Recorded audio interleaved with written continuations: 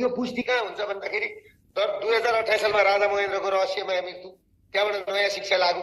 2058 साल जेठ 19 गते यी सबै पार्टीका नेताहरू भेला भएर दिल्लीमा गएर नि तपाईँको बसेर सल्लाह गरेर राजदरबार हत्याकाण्ड।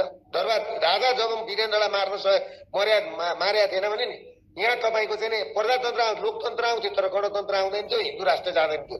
हिन्दू राष्ट्र हटाउनको लागि मेन टाउकै काट्नु परेन भनेपछि राजा वीरेन्द्रलाई मारियो। यी सबै मिलेर गिरिजाबाबुदेखि लिएर जम्मै मिलेका छन्, प्रचण्ड, गिरिजाबाबु, यी एमालेका त्यतिखेरका नेता सबै मिलेका छन्। र तपाईँलाई म अर्को कुरो भन्छु, यो कुरो कहाँ गएर पुष्टि हुन्छ भने 2072 सालमा संविधान लागू हुँदाखेरि हिन्दू राज्य हटाइयो नि त, धर्मनिरपेक्ष बनाइयो र राज संस्थालाई सधैँको लागि विदा गर्ने भनेपछि नि यी जम्मैजना मिलेका छन् भन्ने कुरो त्यो भयो। ती जम्मैको काम 72 सालमा संविधान आइसकेपछि काम खत्तम भएपछि अनि फेरि विवेकशील साझा पार्टी हुँदै रवि बाले नाका हुन् क्या, यी चाहिँ नयाँ हुन्, नयाँ बुख्या छ। ती चाहिँ पुरानो बुख्या छ, अब काम भएन, त्यो पुरानो भएपछि रिकन्डिसन भेकल भयो नि त, तिनलाई बिचमा राखिदियो।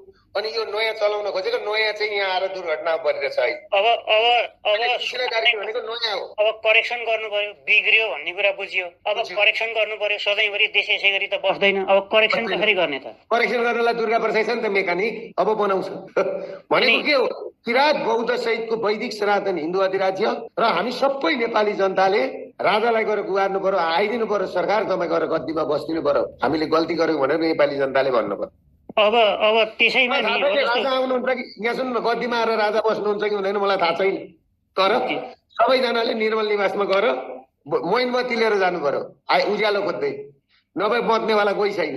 अब त्यसमा एउटा कुरा नि जस्तो